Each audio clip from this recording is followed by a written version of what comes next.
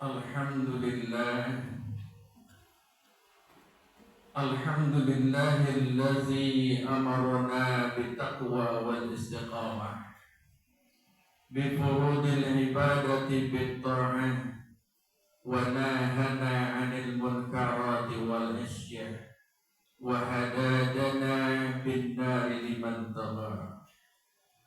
Asyhadu an la ilaha illallah wahdahu la syarika lah wa asyhadu anna Muhammadan 'abduhu wa rasuluhu la nabiyya ba'dah. Allahumma fasholli wa sallim wa barik ala sayyidina Muhammadin wa ala alihi wa ashabihi ajma'in, amma ba'du. Qala Allah Ta'ala fil Qur'anil Karim, a'udzu billahi minasy syaithanir rajim. Bismillahirrahmanirrahim. Ya ayyuhallazina amanu taqullaha wal tanzur nafsum ma qaddamat lighad wattaqullaha innallaha khabirun bima ta'malun. Wa qala Rasulullah sallallahu alaihi wasallam, ittaqillaha haitsumma kunta wa atbi'is sayyi'atal hasanata tamhuha wa khaliqin nas bi khulqin hasanin. Ma'asyiral muslimin rahimakumullah, usikum wa iyaya nafsi bi taqwallahi wa ta'atihi la'allakum tuflihun.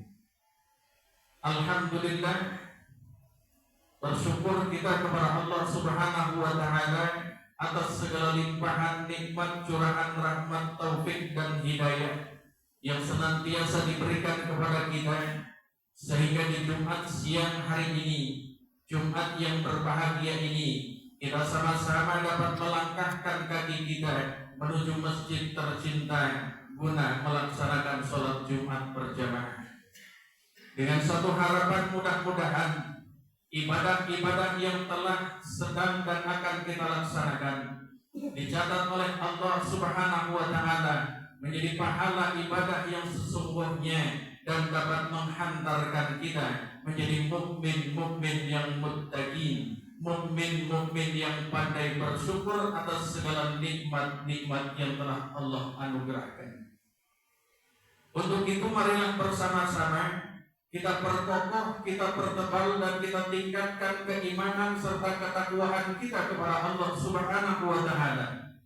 Karena buat kita, iman adalah satu harta kekayaan yang tak ternilai harganya, dan ketakwaan adalah satu modal yang amat berharga manakala kita menghadap Allah Subhanahu wa taala. Sebagaimana Allah telah pesankan kepada kita bahwa sebaik-baik bekal seorang mukmin manakala ia menghadap Allah Subhanahu wa taala, saat itu yang berarti bukan seberapa banyaknya harta, saat itu yang bernilai bukan seberapa tingginya tahta dan juga bukan seberapa panjang deretan strata, tapi saat itu yang berarti dan bernilai hanyalah sejauh mana kita bertakwa kepada Allah Subhanahu wa taala. Wa tazawwadu fa inna khaira zadi taqwa. Ma'asyiral muslimin rahimakumullah, usikum wa iyaya nafsi bi taqwallahi wa ta'atihi la'allakum tuflihun. Mengawali khutbah kali ini, khatib ingin menyampaikan sebuah cerita. Mudah-mudahan mampu merasuk dalam hati sanubari kita, menggugah jiwa kita, menumbuhkan kesadaran kita dari mana kita datang, untuk apa kita sekarang, dan kemana kita harus pulang. Ma'asyiral muslimin rahimakumullah, di satu tempat tinggallah seseorang yang diberikan anugerah luar biasa oleh Allah Subhanahu wa taala. Dia diberi harta kekayaan dan anugerah-anugerah yang lainnya. Orang kaya ini hanya ditemani oleh seorang pembantu yang, mohon maaf, pembantu itu sedikit bodoh, tapi kinerjanya luar biasa dan kejujurannya tiada terkira.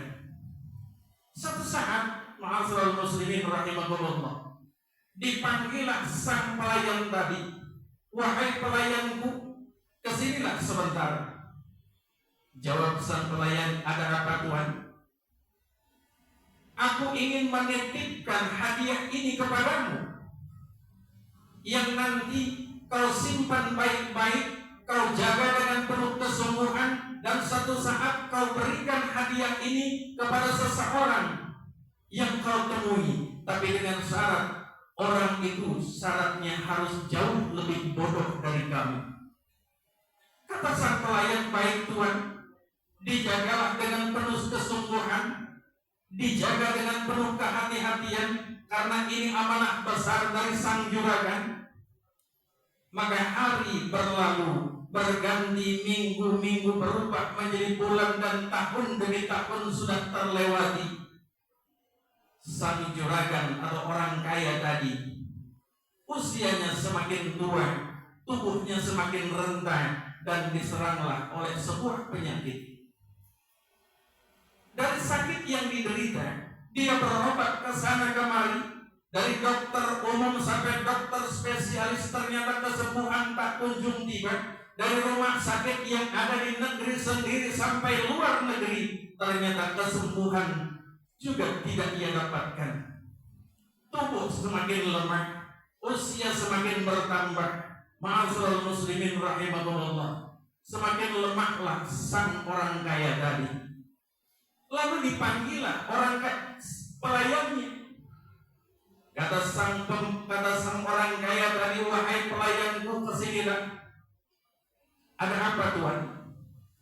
"Rasanya penyakitku sudah semakin parah.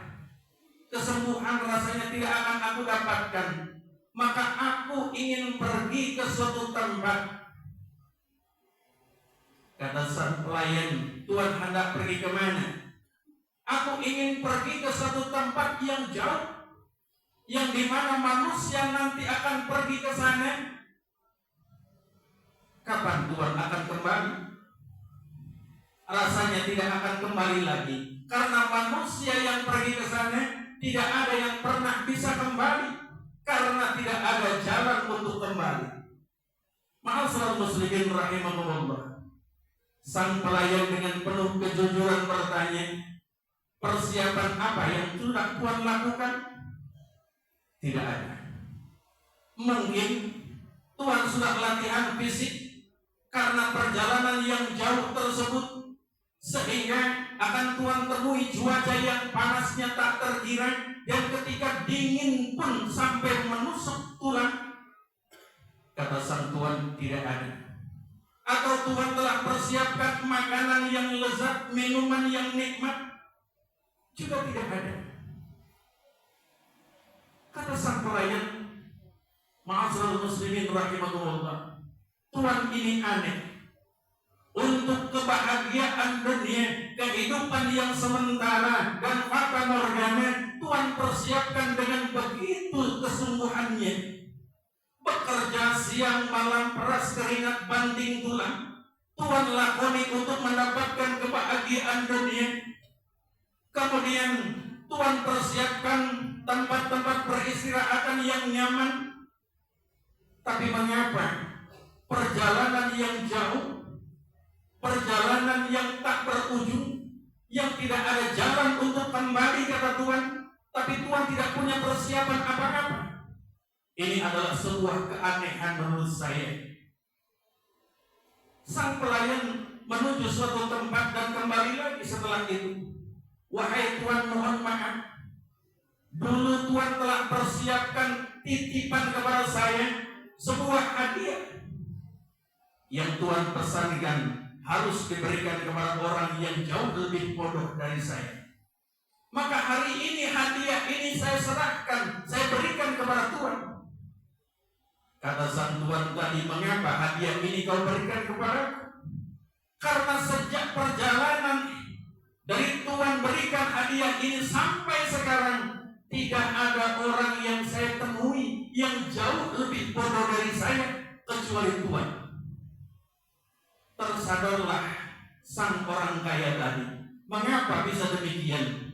Ternyata ma'asyiral muslimin rahimahullah, orang cerdas itu, atau orang bodoh itu bukan orang yang tidak berpendidikan. Orang bodoh itu adalah bukan orang yang tidak memiliki strata, tapi orang bodoh adalah orang yang sudah dikabarkan ada hidup setelah mati, ada akhirat setelah dunia, dan ada yang harus dia pertanggungjawabkan kelak nanti, tapi mereka tidak punya persiapan apa-apa. Orang bodoh bukan orang yang tidak sekolah, tapi orang bodoh adalah orang yang menukar kebahagiaan akhiratnya dengan kebahagiaan dunia yang sementara dan fatamorgana. Padahal Allah Subhanahu wa taala telah mengingatkan kepada kita semua, "Wa mal hayatud dunya illa la'ibun wa lahun wa darul akhiratu khairul lil ladzina yattaqun." Dan tidaklah kehidupan dunia ini hanya sebatas sementara, sebatas permainan dan senda gurau belaka. Kita kadang-kadang tertipu, kita kadang-kadang terpedaya, kita sering terpesona, bahkan tergila-gila dengan urusan-urusan yang sementara, urusan-urusan yang akan kita tinggalkan, mencari harta mati-matian, padahal akan kita tinggal mati harta tersebut. Padahal kehidupan hakiki kita adalah waladdarul akhiratul khairul ladzina yattaqun. Kehidupan akhirat itu jauh lebih indah. Negeri akhirat itu jauh lebih baik buat orang-orang yang bertakwa kepada Allah Subhanahu wa ta'ala. Jadi ma'asyiral muslimin rahimahullah, ini adalah sebuah renungan buat kita. Dari sekian nikmat yang Allah berikan, sudah seberapakah kita syukuri nikmat-nikmat tersebut? Dari sekian usia yang telah Allah berikan kepada kita, seberapa usia yang dimanfaatkan untuk mendekatkan diri kita kepada Allah Subhanahu wa ta'ala dan beribadah kepada Allah Subhanahu wa ta'ala. Jangan-jangan sadari nikmat dari usia, dari segala fasilitas-fasilitas yang kita dapatkan, banyak yang belum berterima kasih dan bersyukur dengan ibadah-ibadah kita kepada Allah Subhanahu wa ta'ala. Nah, inilah ma'asyiral muslimin rahimahullah. Sekarang kita sudah berada di bulan Dzulhijjah. Contoh keteladanan telah diberikan oleh Ibrahim dan keluarganya. Sebuah keluarga ideal, sebuah keluarga yang harmonis, keluarga yang telah dari ujian demi ujian telah diberikan oleh Allah Subhanahu wa ta'ala dan lulus semua apa yang telah ia lakukan. Nah, bagaimanakah dengan kita? Apa yang sudah kita lakukan?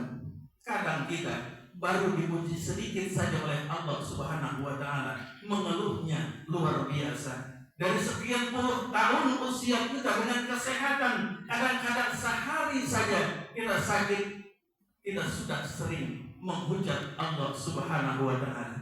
Maka dari itu, di sisa-sisa usia kita, mari sama-sama kita merenung diri, kita sama-sama muhasabah, pertanyakan pada diri kita sendiri. Karena yang tahu berapa pahala kita adalah kita, yang tahu berapa dosa kita adalah kita, yang tahu berapa ibadah kita adalah kita, yang tahu berapa maksiat yang telah kita perbuat adalah kita. Pertanyakan, berapa kesyukuran kita kepada Allah Subhanahu wa ta'ala? Berapa persiapan-persiapan yang telah kita lakukan ketika Israel nanti datang menghampiri kita untuk memisahkan ruh dan jasad kita? Karena ketika Israel datang menghampiri kita, jatah hidup kita sudah berakhir di alam muka bumi ini. Tak ada manusia siapapun dia yang bisa menghindarinya. Naik ke gunung yang tinggi, bersembunyi di balik benteng yang paling kokoh sekalipun dengan penjagaan yang luar biasa, kematian pasti akan menyertai kita. Ainama takunu yudrikumul maut walau kuntum fi burujin musayyadah. Intinya bukan kematian yang harus kita takuti, tapi pertanyakan persiapan apa yang sudah kita lakukan ketika nanti ruh dan jasad kita dipisahkan oleh sang malakul maut. Manusia yang baik bukan manusia yang tidak pernah bersalah, tapi manusia yang baik adalah manusia yang ketika dia bersalah, dia segera insafi, dia segera sadari, dia segera bertaubat kepada Allah Subhanahu wa ta'ala. A'udzu billahi minasyaitonir rajim. Bismillahirrahmanirrahim. Wasari'u ila maghfiratin min rabbikum wa jannatin arduha as-samawati wal ardh u'iddat lil muttaqin. Barakallahu li wa lakum bil Qur'anil azim wa nafa'ani wa iyyakum bima fihi minal ayati wa dzikril hakim wa taqabbal minni wa minkum tilawatahu innahu huwal ghafurur rahim. Allahumma salli ala Sayyidina Muhammad wa ala ali Sayyidina Muhammad.